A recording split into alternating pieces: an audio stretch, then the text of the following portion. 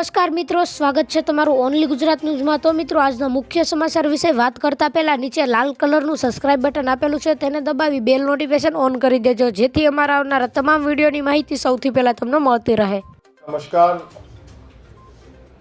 इस देश में नोटबंदी लागू करके देश की अर्थव्यवस्था को बर्बाद करने वाली मोदी सरकार, इस देश के अंदर जीएसटी का कानून लागू करके व्यापारियों को बर्बाद करने वाली मोदी सरकार, इस देश में काले किसानों के कानून लागू करके किसानों को बर्बाद करने वाली मोदी सरकार, इस देश में महंगाई आसमान पर पहुंचाकर माताओं बहनों के चूल्हे को बर्बाद करने वाली मोदी सरकार, इस देश के अंदर अग्निपथ योजना लाकर भ्रष्ट पथ पर निकल पड़ी है। ये मैं कहना चाहता हूं, सेना को नरेंद्र मोदी जी अपनी प्राइवेट एजेंसी बनाना चाहते हैं। भारत की सेना भारत का गौरव है।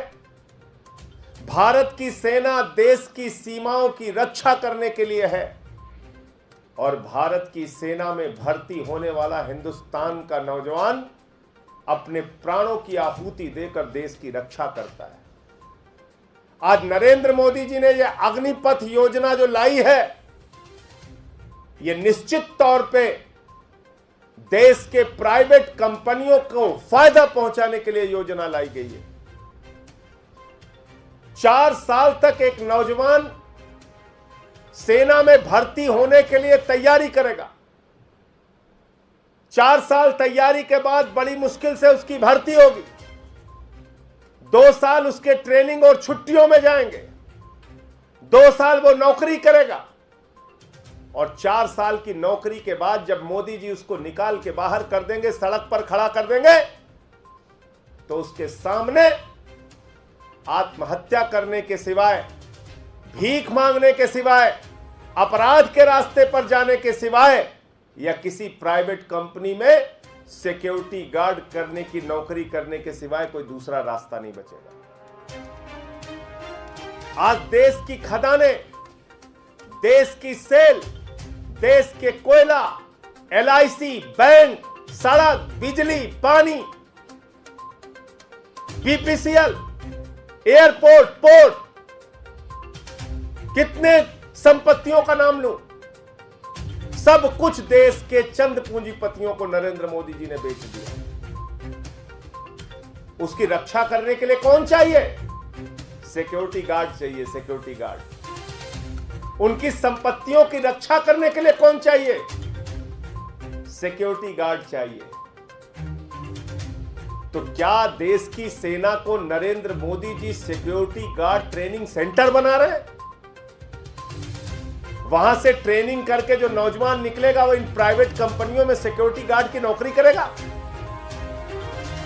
इन प्राइवेट कंपनियों को फायदा पहुंचाने के लिए योजना लेके आए आप।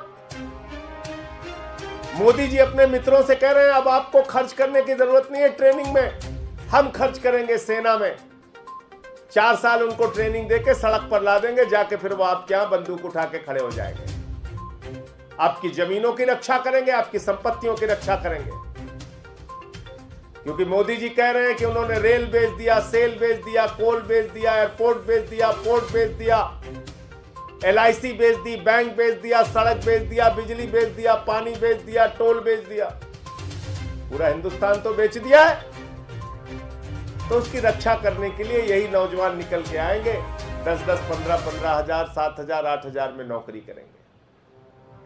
ये आप चंद पूंजीपतियों के लिए प्राइवेट आर्मी बना रहे हैं हिंदुस्तान के अंदर। अंग्रेजों की प्राइवेट आर्मी खड़ा करने का काम कर रहे हैं आप। ये देश की सेना का अपमान है, देश के नौजवानों का अपमान है। कभी आप कहते हैं 2 करोड़ नौकरी देंगे, कभी आप कहते हैं पकौड़ा बेच के नौकरी कर लो, कभी आप कहते हैं गोबर बेच के पैसा कमाओ। जिन लोगों के दिमाग में गोबर भरा है वो इस देश के अंदर गोबर योजना ही ला सकते हैं, वो नौजवानों को नौकरियां नहीं दे सकते। और इसलिए मैं मांग करता हूं भारत की सरकार से और आदरणीय नरेंद्र मोदी जी से, जिस तरीके से किसानों के खिलाफ आप फैसला किए थे, काला कानून लेकर आए थे, हम लोगों ने संसद के अंदर विरोध किया था। केजरीवाल जी ने बार बार आपसे कहा था वो काले कानून वापस ले लीजिए। आपने 1 साल लगा दिया, इस देश का किसान सड़कों पर बैठा रहा, 750 किसान शहीद हो गए। आज पूरे देश का नौजवान आक्रोशित है, सड़कों पर उतर के आंदोलन कर रहा है। मैं भारत के प्रधानमंत्री से अनुरोध करना चाहता हूं, इस देश को जलने से बचा लीजिए, इस देश को नौजवानों के आक्रोश से बचा लीजिए, उनके गुस्से से बचा लीजिए। ऐसा ना हो कि लंबा समय बीतने के बाद पछताकर आपको फिर यह कानून वापस लेना पड़े। अभी भी वक्त है। आप ये काला कानून जो लेकर आए हैं, देश के सेना के गौरव को गिराने के लिए और हमारे नौजवानों को अपमानित करने के लिए, यह कानून वापस ले लीजिए और फालतू के सब्जबाग मत दिखाइए। आपके जुमलों से यह देश बहुत बर्बाद हो चुका है और बार बार धोखा खा चुका है। बहुत जुमला बोला आपने इस देश के लोगों के साथ, और इसीलिए आपकी पार्टी का नाम भारतीय झूठा पार्टी हो गया। हर चीज में आप झूठ बोलते हैं। आपने कहा नोटबंदी से देश की तकदीर बदल जाएगी, काला धन खत्म हो जाएगा, आतंकवाद खत्म हो जाएगा। आपने कहा जीएसटी से हम देश को दूसरी आजादी दे रहे हैं, झूठ निकला। आपने कोरोना में थाली ताली बजवा के देश की जनता को बेवकूफ बनाया, मूर्ख बनाया। आपने नौजवानों को 2 करोड़ नौकरी देने का वादा किया, फिर कहने लगे पकौड़ा बेच लो, फिर कहने लगे कटोरा लेके घूमो, फिर अभी यूपी के चुनाव के पहले कहने लगे मोदी जी के दिमाग में एक बहुत बड़ा आइडिया आया है, गोबर बेच के पैसा कमाओ, गोबर बेच के। 4 महीने से गोबर का कंडा लेके नौजवान घूम रहे हैं, कोई गोबर खरीद ले, हमारा गोबर खरीदो।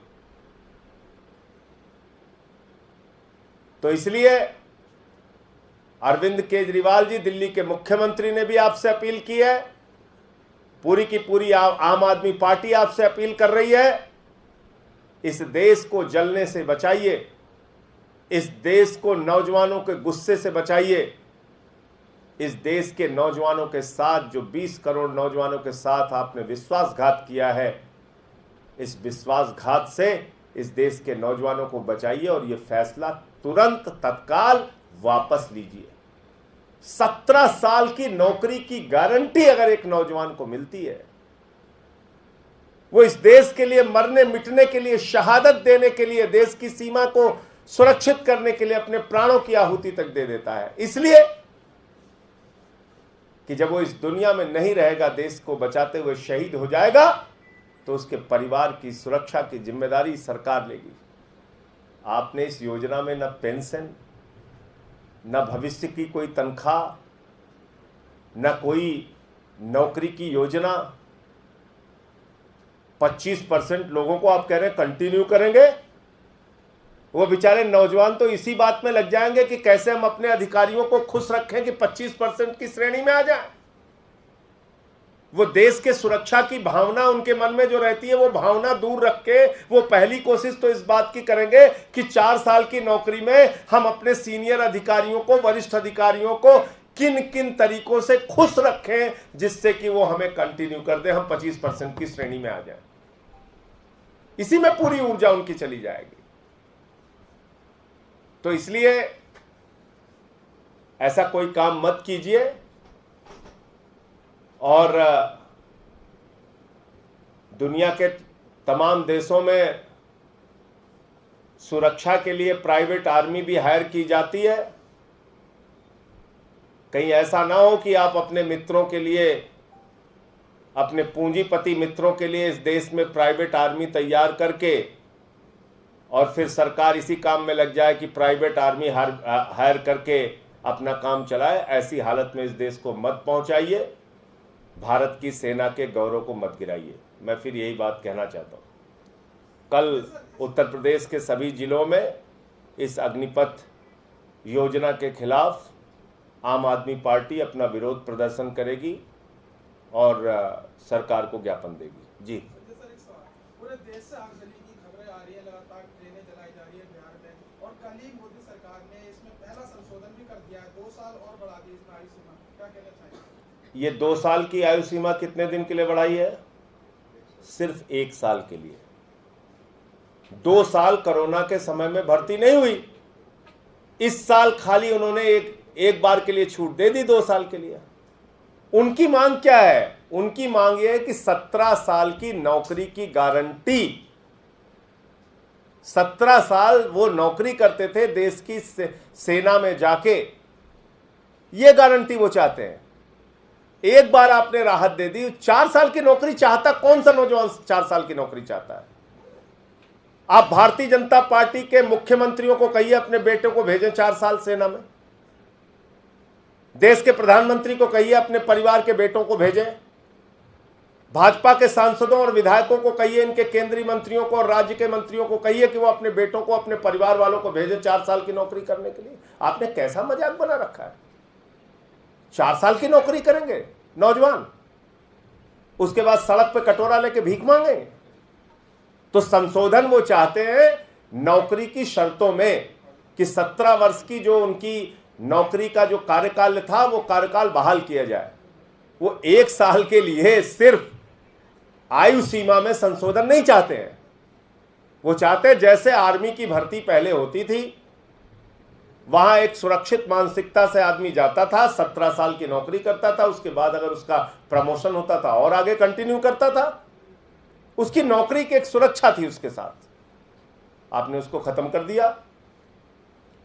इसमें पेंशन की कोई गारंटी नहीं, इसमें परिवार की कोई गारंटी नहीं, इसमें किसी प्रकार की कोई गारंटी नहीं। तो इसलिए आप मुझे बताइए, हाई स्कूल इंटर पास करके एक बच्चा 4 साल तैयारी करेगा, पहले 4 साल की तैयारी करने के बाद वो नौजवान सेना में भर्ती होगा, फिर 4 साल की नौकरी के बाद वो बाहर निकाल दिया जाएगा। वो किस काबिल बचेगा? किस काबिल बचेगा? क्या कर लेगा वो?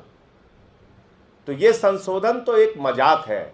मैं फिर दोहरा रहा हूं, जिस तरह से 750 किसानों ने अपनी शहादत दी और 1 साल तक सड़कों पर आंदोलन चलता रहा, वो परिस्थितियां मोदी जी को नहीं पैदा करनी चाहिए। अभी समय है, समय रहते जाग जाइए, नहीं तो फिर 1 साल के बाद आप कहेंगे हमारी तपस्या में कोई कमी रहेगी। ये ड्रामों से देश नहीं चलेगा। बहुत ड्रामा आपने कर लिया। और हिंसक प्रदर्शन की जहां तक बात है, मैं नौजवानों से अपील करूंगा, हाथ जोड़ के प्रार्थना करूंगा, दूसरों को तकलीफ पहुंचा के, अपनी ही संपत्तियों को जला के हमारा कोई लाभ नहीं है। इसलिए आप सबसे हाथ जोड़ के प्रार्थना है, अपना आंदोलन लोकतांत्रिक तरीके से, जो अधिकार आपको संविधान ने दिया है, उसके दायरे में रह के अपना आंदोलन कीजिए।